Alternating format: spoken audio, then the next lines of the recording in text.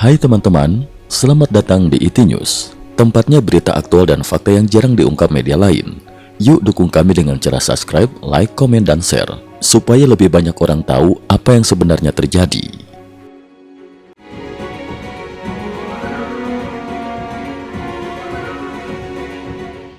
Salam pemirsa, Washington kembali membunyikan alarm yang sama dan kali ini nadanya semakin tegas. Penilaian terbaru Badan Intelijen Amerika Serikat menyimpulkan bahwa tujuan Presiden Rusia Vladimir Putin dalam melancarkan perang Rusia-Ukraina sejak awal hingga kini tidak pernah berubah. Perang ini, menurut intelijen AS, bukan sekedar alat tawar-menawar diplomatik dan juga bukan semata untuk mengamankan wilayah yang saat ini telah dikuasai Rusia. Sasaran strategis Kremlin dinilai jauh lebih besar, menguasai seluruh Ukraina, serta membuka kembali ruang pengaruh Rusia atas wilayah-wilayah Eropa yang pernah berada di bawah Uni Soviet. Evaluasi intelijen AS, 20% wilayah Ukraina bukan tujuan akhir. Laporan Reuters pada 19 Desember 2025 mengungkapkan bahwa kesimpulan tersebut berasal dari sebuah evaluasi intelijen komprehensif yang telah diselesaikan sejak September 2025. Dalam penilaian itu, Badan Intelijen AS secara eksplisit menyatakan bahwa sekitar 20% wilayah Ukraina yang saat ini diduduki Rusia hanyalah pencapaian sementara, bukan tujuan akhir perang. Kesimpulan ini segera mendapat perhatian serius di tingkat legislatif.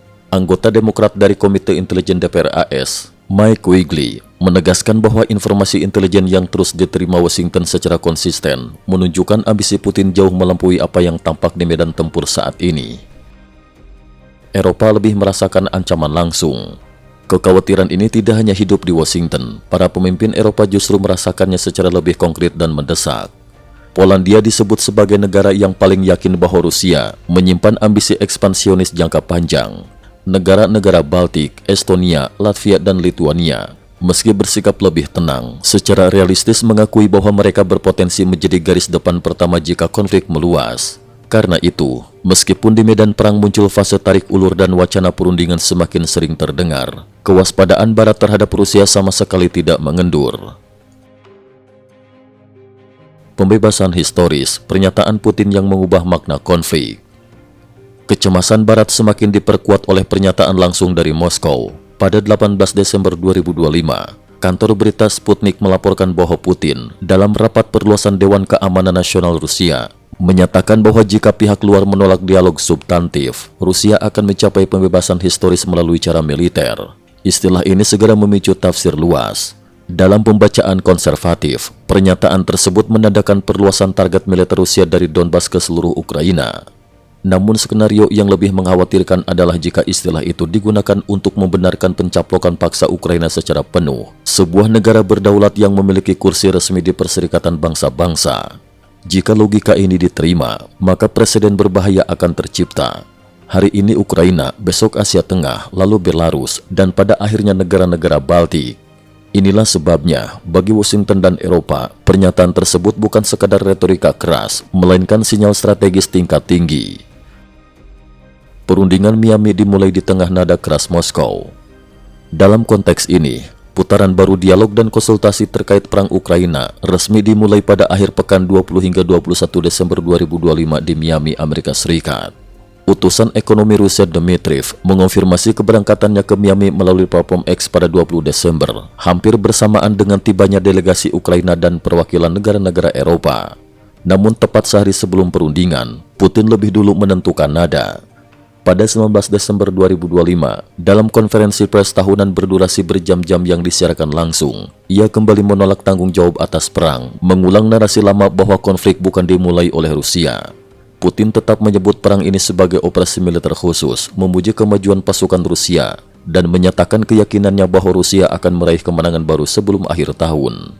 Ketika ditanya langsung oleh jurnalis Amerika mengenai tanggung jawab atas korban jiwa yang sangat besar, Putin menegaskan bahwa Rusia tidak perlu memikul tanggung jawab tersebut dan kembali menyalahkan Ukraina.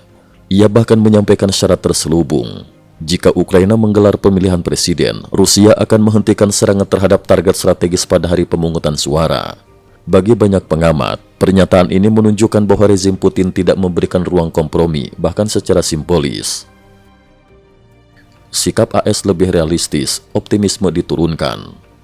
Di sisi lain, sikap Amerika Serikat menunjukkan perubahan halus. Dalam konferensi pers akhir tahun pada 20 Desember 2025, Menteri Luar Negeri AS Marco Rubio menurunkan ekspektasi publik terhadap hasil perundingan. Rubio menegaskan bahwa AS tidak akan memaksa Ukraina maupun Rusia untuk menerima perdamaian. Peran Washington, katanya, adalah memahami batas kompromi masing-masing pihak dan melihat apakah kesenjangan dapat dipersempit.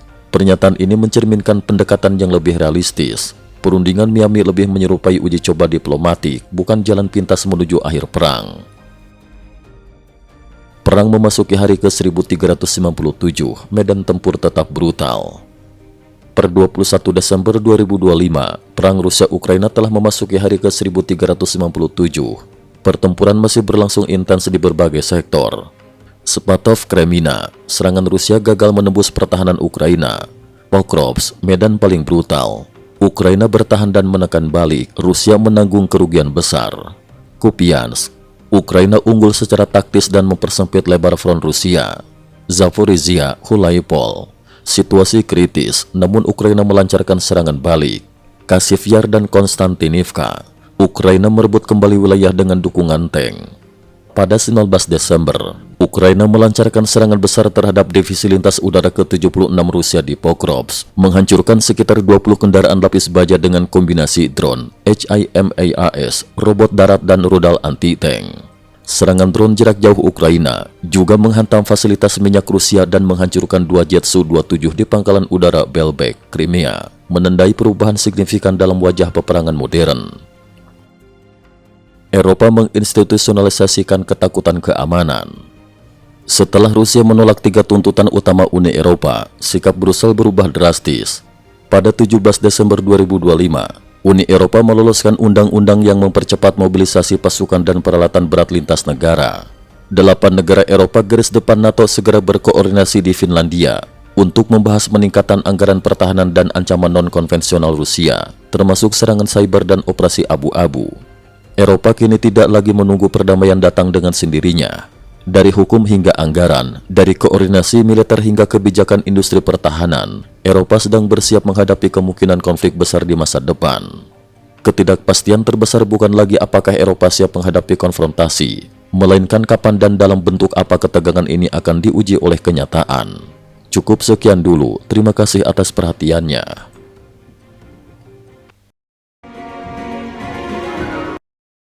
IT News juga memiliki channel di platform kancing.com. Mohon kunjungan dan bantu subscribe agar bisa mengikuti perkembangan dunia tanpa batas. Terima kasih. Link kancing ada di dalam description.